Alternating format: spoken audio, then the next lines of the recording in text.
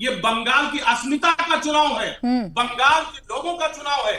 क्योंकि जिस तरह वहां पर लोग गए हैं, बाहरी लोग गए हैं, बाहरी बनाम बंगाल, जो चुनाव की स्थिति बाहरी बनाम बंगाल, और बंगाल की जनता ने इस बात को समझ लिया है कि बंगाल जो है वो अपने स्वाभिमान से चलेगा, वो ठीक है, अब गुजरात से अजीज नहीं खान जी चलेगा। केजरीवाल भी वहां गए की हैं जनता चुनाव ने प्रचार काम किया करने है, के लिए, तो तमाम बड़े बड़े वादे, तमाम बड़े अरविंद बड़े दावे, केजरीवाल भी गए हैं तमाम चुनाव तरीके की प्रचार करने के लिए चीजें भी। अब आप प्रलोभन देने उनको का सलाह प्रयास दे रहे किया हैं, जा उनको रहा है, अगर आप जो कि संदेश दे रहे हैं तो सर अच्छी बात है। वहां की जनता अगर बाहरी की प्रलोभन ही में नहीं बात है तो आएगी। आपको रोकना चाहिए था अरविंद केजरीवाल जी को। कल मैं देख रही थी ममता बनर्जी के साथ थे और बता रहे थे कि छोटी सी महिला हैं, उनका कद क्या है और वो किस तरीके से बीजेपी के सामने टिकी रहती हैं। तो उनको भी बोलिए कि बाहरी लोग बंगाल में ना जाएं।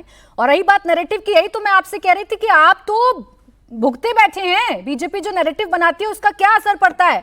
और ये ठीक वैसे ही है ना जैसे आपको उत्तर प्रदेश की महिला महिला लगती है लेकिन आरजीकर की पीड़िता पीड़िता नहीं लगती है। यही तो कह रही हूं मैं आपसे, आप सब एक लाइन में है महिला अपराध की बात करूं तो।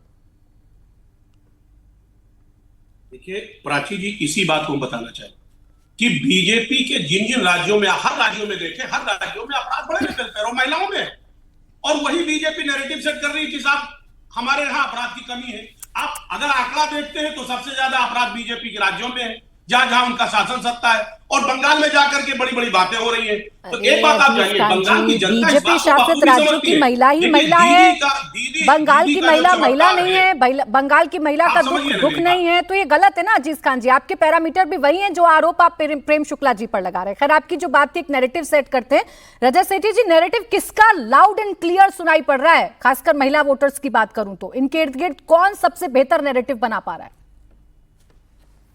देखिए, जो जिस तरह से चित्रण किया गया है महिलाओं का कि उनको बलात्कार और गुंडागर्दी इन्हीं सब से ही उनका वोट हिलता है, तो ये भी बड़ा संकीर्ण सोच है। मुझे लगता है कि महिलाएं जैसे पुरुष एस्पिरेशनल हो सकते हैं, वैसे महिलाएं भी एस्पिरेशनल हो सकती हैं। उनको भी बड़े बड़े अवसर चाहिए, उनको भी नौकरियां चाहिए, उनको भी बिजनेस की अपॉर्चुनिटीज चाहिए, उनको भी बहुत व्यापक तरीके से ग्रोथ करना है। और जैसे बाकी प्रदेशों की महिलाएं अलग अलग तरीके से पैमाने पे आगे बढ़ रही हैं, तो बंगाल की महिलाएं क्यों नहीं?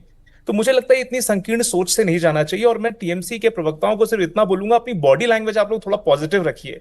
मैं पिछले एक हफ्ते से देख रहा हूं कि जितने भी लोग, महुआ मोइत्रा जी हों या जितने भी टीएमसी के जितने लीडर्स हैं, उनका बॉडी लैंग्वेज थोड़ा सा डाउन लग रहा है महिला वोटों को लेकर। देखिए, एक बात तो है कि ग्रेटर कोलकाता जो जो मिडिल क्लास बंगाली महिलाएं और पुरुष हैं, उनका वोट उस मात्रा में बीजेपी को अभी तक नहीं मिला था, इसीलिए 35 की 35 सीटें टीएमसी के पास गई थी। लेकिन इस बार जो देखने को मिल रहा है, बहुत व्यापक परिवर्तन ना भी हो, अगर 1-2% भी सीटें वोट शेयर खिसकता है, तो आप देखने लगेंगे कि इसमें सीटों पे प्रभाव आना शुरू होगा। और ये बड़ा अनोखा एक्सपेरिमेंट है भाजपा का। बाकी प्रदेशों में जहां ग्रोथ हुई है भाजपा की, अर्बन पॉकेट्स में पहले ग्रोथ हुई है, उसके बाद गांव और रूरल एरियाज में गए हैं। बंगाल में बिल्कुल उल्टी स्थिति है। यहां पर पहले गांवों पे भारतीय जनता पार्टी का वर्चस्व बना, अब पहली बार शहरों की तरफ फोकस बढ़ रहा है। और मुझे लगता है कि अब जितने भी एनेक्डोटल एविडेंस हैं, महिलाओं से जो लोग बात कर रहे हैं, महिलाएं चेंज भी चाहती हैं। उनको ये भी लगता है कि क्या कोई नया नेता आकर उनको कोई नए तरीके से लीडरशिप दे सकता है। ममता दीदी पे जो उनको उम्मीदें थी, काफी हद तक उन्होंने खरी भी उतरी हैं। लेकिन हमेशा एक फ्रेशनेस का एक थॉट होता है कि नए लोगों को भी ट्राई करके देखना चाहिए। अगर इस झोंके में भी 2-3% भी विमेन वोट खिसकते हैं तो ये मटेरियल डिफरेंस आएगा। और मैं आपको आखिरी बात बोलता हूं, क्योंकि मेरी पढ़ाई खड़गपुर में हुई है, मेरे संपर्क हैं कलकत्ता में। जिस तरह से आरजी कौर इशू के बाद नॉन पॉलिटिकल लोग सड़कों पे उतर के ह्यूमन चेन्स बनाई थी, आंखों में जेन्युइनली आंखों में लोगों के आंसू था, वो एक ऐसा टिपिंग पॉइंट था जहां से ममता बनर्जी शायद रिकवर नहीं कर पाई हैं। अपनी क्रेडिबिलिटी महिलाओं में लॉ एंड ऑर्डर को लेकर तो जरूर खो दी है। ठीक है, लेकिन उसके बाद फिर ये लोकसभा इलेक्शन का उदाहरण टीएमसी के नेता देते हैं और बताते हैं कि भाई लोकसभा इलेक्शन में तो क्या हुआ, आर्जिकर का कोई असर नहीं हुआ। नफीस जी, आ रही हूँ आप ही के पास, आ रही हूँ, आप बोलिएगा, आप अपने फैक्टर के बारे में बताइएगा, बस कंप्लीट करें रजत जी, बोले। नहीं, बट जो आप उसके बाद हश्र हुआ कि लॉयर्स नहीं मिल पा रहे थे, जो पीड़िता की जो माँ है, वो केस लड़ना चाह रही हैं, उनको लॉयर्स, कितने लॉयर बदल दिए,